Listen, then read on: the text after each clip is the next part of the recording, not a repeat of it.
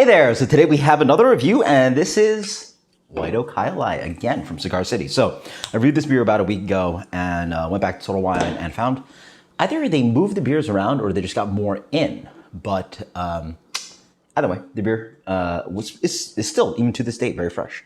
It is 4 weeks fresh. So obviously didn't like it before. Thought I'd give them a shot. Spend another $2.80. Fool me once, fool me twice, all that BS. We'll see how it goes. So, this is Alai, 7.5% IPA, and they age it with some white oak spirals, yeah, right? Yeah, conditioned with some white oak, and so that offers this kind of like fun kind of coconut vanilla. They even offer notes of dill on this one. So, the beer is the same color. Yeah, I guess that's Alai's color, yeah. It has this deep gold, rich orangey kind of color, very much kind of like traditional IPA kind of color to it, a little bit of light chill haze to that, and then some like medium bubble head.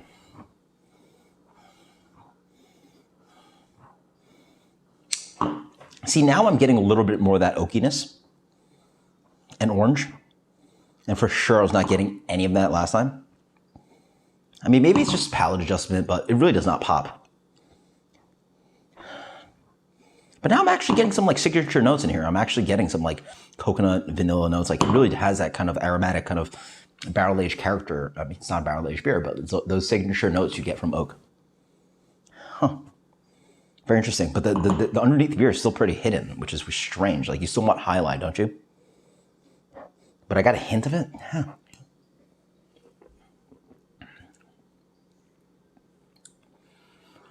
That's what the beer tastes like.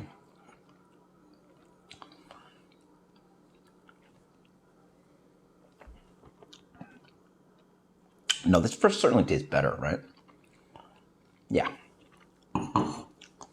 Even though it's older and somehow it's been sitting around, maybe an off can, I don't know. No, this just tastes better.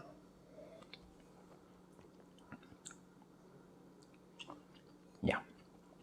It's like barely, it's not too noticeable, but I get a little bit of that kind of citrus rind in there. This one has that bright minty thing, which I guess they call dill, but yeah, it's like bright herbaceous thing that comes in. But honestly, it's pretty bland. You know, it really doesn't have pop of IPA. Maybe I was too rough on the beer that I reviewed before. Yeah, there's a really weird kind of herbaceous note. It might be both the hops and the white oak playing together. But the IPA qualities are completely hidden, so it's like a really flat IPA. I don't know.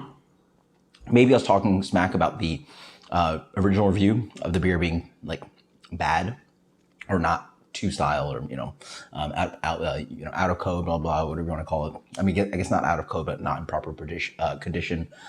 This one is sitting here, tastes a little bit better in my mind, but you know, maybe I'm just picking out a little bit better. You know, palate fatigue, all that stuff. So it still really is not Alai. You know, it's so bland and like minty and weird. Like, it would make sense if the underneath beer really popped. So maybe I'm just doing the same thing and just like repeating myself in a lighter, kinder tone. But this beer for me,